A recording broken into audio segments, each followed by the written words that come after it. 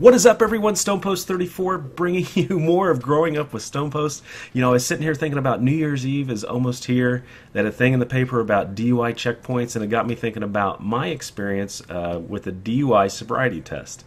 And before we get into this, I just want to say, do not drink and drive, and you'll understand what I mean. I did have a few drinks, but you'll hear the whole story. It's kind of interesting, but I just want to preface that: do not drink and drive. Always choose to either call someone or hand your keys off to a sober person. So, anyway, as you know, and if you've listened to a few of my stories, I used to play competitive pool.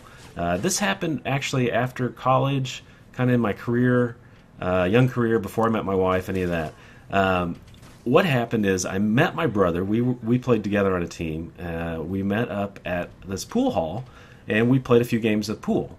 It was about 3 or 4 o'clock in the afternoon, and we decided to have a couple beers. I had like 2 pints of some beer, and we played a few games and then headed out. So I decide, well, I'm meeting my buddy at 5:30. He calls me, he says, go get some beer, and I decide I'll just stop by the liquor store. So I run over to the liquor store, which is just right around the corner from the pool hall, and get an 18-pack of beer. And I just, nowadays I throw that typically in the trunk if I get some wine or beer. Just having it in the car is just a bad idea. I live in the state of Kansas. It is illegal to have an open container. Some states, I know, if you're a passenger, you can have an open container. Not my state. So I just play it safe anymore. I just put it in the back seat. Don't worry about ever getting what happened to me when you're about to hear what happened to me. So I just throw it in the floorboard of the passenger seat. It's just me. And I go about 2 blocks. Now, 2 blocks away is this underpass. So I head to the underpass. And this is a well-known speed trap in the town I live in. And I still live in the same town. And I'm doing about 45. And it's still 35 to this day in this area. And sure enough, there's a cop, because it's a blind corner as you go into this underpass, and I get lit up. I'm like, oh, crap. Here we go. I didn't really have anything to hide. The fact of the matter was, I'd only had a few beers, but, anyway, the cop being there, it just scares the bejesus out of you. So I get lit up, I get pulled over, and the officer comes up to my window. Get this. I know women have a thing for men in uniform. Well, I might have a thing for women in uniform. She was a police officer, a female police officer, comes up to the window, and she's smoking hot. I'm like, what? How awesome is this? But wait a minute, I'm getting pulled over. So she comes up to the window, and she said, do you know how fast you're going? I think they all say that. I think that's just the canned line. And I said, well, I know I was speeding. I said, I think I was doing over 40. She said, well, actually, you were doing 45 in a 35. And she looks over, and, of course, she can see that there's beer in the car. And she says, have you been drinking? Well, I'm not going to lie.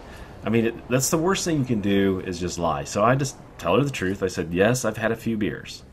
So she was really cool about it. She's like, okay. And then she goes back to her squad car, takes my driver's license, insurance, and registration, and then comes back up 2 or 3 minutes later. I think she was running all my stuff. And she says, well, I've called for backup. And I said, okay. Kind of freaked out, like, am I like a flight risk? Is there something on my rap sheet I don't know about? She said, well, I'm a female officer. To perform a field sobriety check, I have to have a male officer here. And I'm like, oh my gosh, she's going to give me the field sobriety check. I've seen this on TV, cops. I don't want to do this. So the male officer shows up, and he's just there. He's not really interacting with me or her. He's just kind of there letting her do her thing. And so, sure enough, she says, step out of the car. And I go behind the car.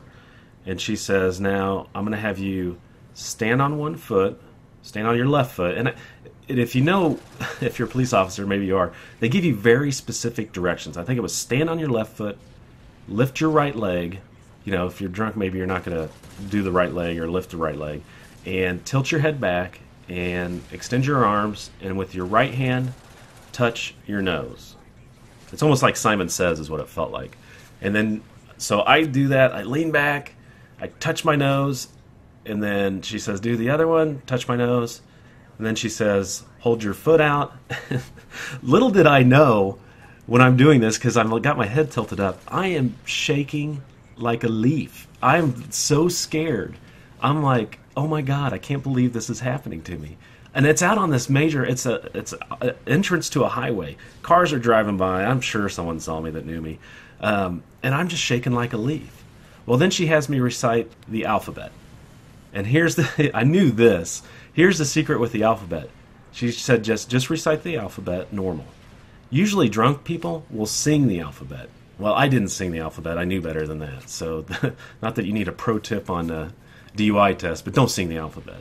Anyway, so she looks at me and she goes, I can tell you've only had a few beers. She said, where are you going? I said, well, I'm going to my buddy's house. And she goes, and what are you going to do with that beer? I said, well, we were going to drink it. She says, were you going out? I said, no. And I thought, well, actually, we might have been going out. But we did not go out that night. I was scared straight. And I had a few beers that night, and that was about it. So here's the interesting part of the story. I mean, the story's pretty good. So I was kind of seeing a girl at the time, and I've talked about her in a few of my videos. So I talked to her the next day. And, of course, I regale her with the whole getting pulled over, just having a few beers. And then I said, yeah, and this officer, I said, she was great. I mean, she was super nice and very friendly. And she goes, oh, really? She goes, well, and she actually used to date a police officer. So she knew a lot of these people. She goes, well, who was it? And I said, all I remember, she was brunette, about 5'4". All I remember, that's pretty detailed. And her name was Officer Parker. And she goes, oh, I know Officer Parker. And I think her name was Susan. I think it's Susan Parker. She goes, I know Susan. She goes, let me call her. And I said, okay. Kind of like, what? So she calls her, and later that day I get a call from my soon-to-be girlfriend. We weren't really dating at the time. And she said, well, I talked to Susan, and good news. I'm like, okay, yeah, what? Share, do tell.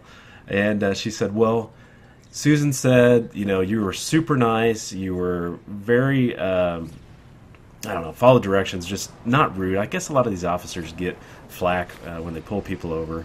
And she said, and she said she's going to pull your ticket. Because I did get a speeding ticket. I failed to mention that. I got a speeding ticket. And I said, really? She's going to pull my ticket? And she goes, yeah. And by the way, she said you're really cute. And I'm sitting here going, yeah, can you hook me up? Because she wasn't married or dating anyone. But that didn't happen. So anyway, guys, that's my DUI story. I guess I lucked out. Only had a few beers, and ever since then, I'm scared straight when it comes to drinking and driving, and I recommend that you guys be the same way. It only takes one time, and, the state I live in, one time, it's a one strike and you're out. You lose your license for a year, and lots of bad things happen. Court costs is mandatory court costs. License for a year. If you get caught twice, it's mandatory jail time. So just be careful with that, guys. That's my growing up with StonePost. Follow me on Twitter. Follow me on Facebook. And I think Sub Sunday, Road to Sub Commander will be coming back very soon. So look for that. And take care as always. This is StonePost 34.